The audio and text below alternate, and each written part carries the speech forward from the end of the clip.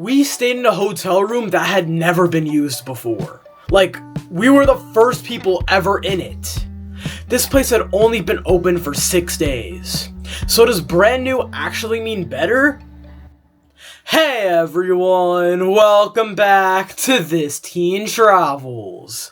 I'm Mateo, and on this channel, I review hotels from a teen's perspective, covering things that actually matter, like Wi-Fi speeds, gaming setups, pool vibes, and overall room comfort. So if you're trying to decide where to stay, you're in the right place. Let's get into it.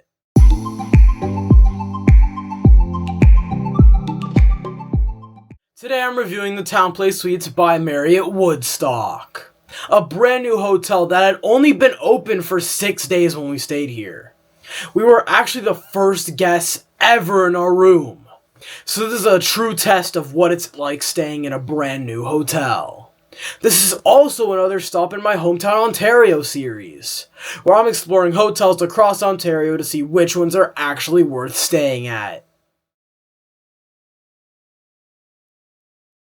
First impression, this place felt really quiet, and you could instantly tell how new everything was.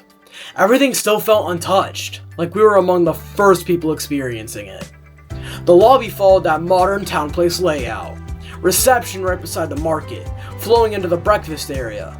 Bright, clean, and lots of seating options throughout. Check-in was quick and easy. Kayla at the front desk was super friendly, gave us dinner recommendations, and that's when we found out the hotel had only been open for less than a week.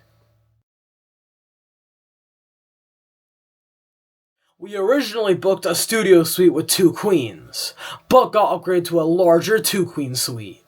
And yeah, I know. The room names don't always make sense. I just go by what's listed on the Marriott site.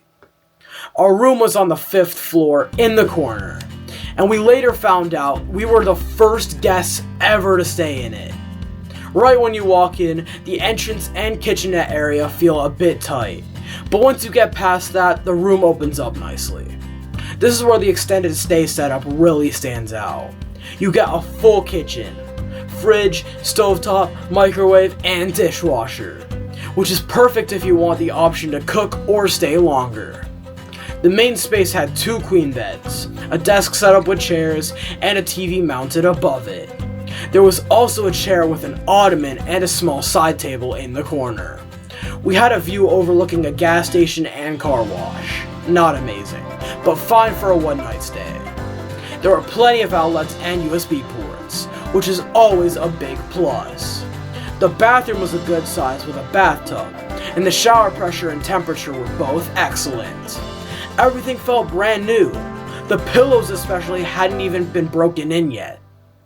There were a couple small issues, like a plastic tab left on furniture, and the sink needing a slight adjustment. But honestly, that's expected with a hotel that just opened. We reported it and staff were really appreciative, and said they'd fix it for the next guest. Wi-Fi was super easy to connect to across all my devices. And this is where things got interesting. I ran a Wi-Fi test using Ookla speed test, and got 183 megabits per second download, and 190 megabits per second upload. That's seriously fast, and definitely one of the better results I've had. As of this recording, it currently ranks number 12 on my hotel Wi-Fi speed leaderboard. Remember, this is a newer hotel, and there weren't that many guests at the time, which could affect the results. Full rankings are on my website, thisteentravels.com. For gaming, I tested my Nintendo Switch, and this is where things got a little tricky. The HDMI access wasn't ideal. The Marriott box was installed too close to the edge, so I couldn't plug into it. I had to disconnect it and plug directly into the TV instead. It worked, but definitely not the easiest setup. I let staff know, and they said they'd look into fixing it. Which again, makes sense for a brand new hotel. Next up, pool vibes. The size of the pool worked well for this hotel. The area was bright, even at night, and had 4 lounge chairs with side tables, which is actually a nice touch you don't always see. There's also a small seating section with tables and chairs off to the side, which adds a bit more space to hang out. Overall, a solid pool setup. Since the hotel is so new, the outdoor area was still under construction. TownePlace Suites usually have Weber barbecue setups, so hopefully that's something they have ready soon. The gym was actually a surprise. It was larger than I expected and probably one of the better TownePlace gyms I've seen. It had multiple treadmills, bikes, ellipticals, a multi-gym, weight benches, free weights, kettlebells, and even space for stretching or yoga. Definitely a strong gym setup. Let's start with the most convenient option, your room. Since it's an extended stay setup with a full kitchen, you can easily cook your own meals. You can even borrow small appliances from the front desk if needed. The nearest grocery store, Zehrs, is about a 5-minute drive away on Dundas Street. For walkable food options, there is not much right now. There's a Tim Hortons next door at the gas station, and a brand new Denny's is being built right beside the hotel, but it wasn't open yet during our stay. If you drive a few minutes down Dundas Street, you'll find tons of options. Some staff recommendations included Tempo, Charles Dickens Pub, Finkel Street Dining, and Wings Up. We ended up going to Chuck's Roadhouse for dinner. Breakfast was included, and at the time of our stay, it was just okay. They had cereal, muffins, scrambled eggs, bacon, waffles, bagels, oatmeal, yogurt, and drinks. Nothing terrible, but not amazing either. That said, from my experience, breakfast at newer hotels usually improves over time. As occupancy increases and more guests are staying, hotels tend to expand and refine their breakfast offerings. Since this hotel had only been open for a few days and wasn't very busy yet, that likely played a role here. So this is definitely something that could improve as the hotel gets more established. This was more of a road trip stop for us on our way to Michigan, so we didn't explore too much. But there are actually a few things to do around Woodstock if you have some extra time. Pittock Conservation Area is a great spot to get outside and walk around, especially after a long drive. And if you want something quick, downtown Woodstock has a nice small town vibe with a few shops to check out.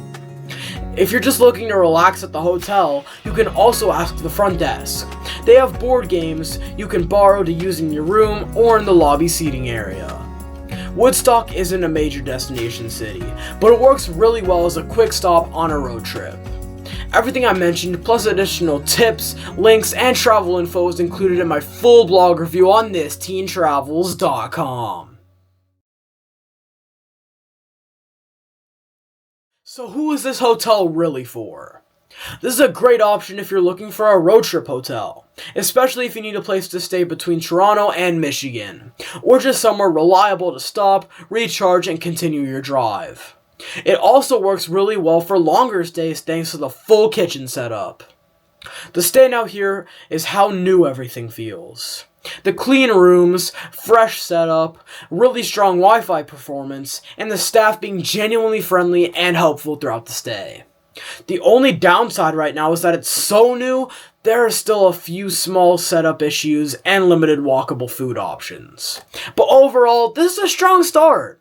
This hotel is This Teen Travels approved. I want to give a shout out to both Kayla and Heather at the front desk. They were super welcoming and really helpful throughout our stay. Thanks for watching. This review isn't sponsored. This is my honest teen perspective. If you enjoyed it, make sure to like, comment, and subscribe for more hotel reviews from a teen's perspective. If you like this review and want to see more, you can click on another one of my hotel reviews right after this, especially if you're planning your next trip. I'll see you in the next one. Bye!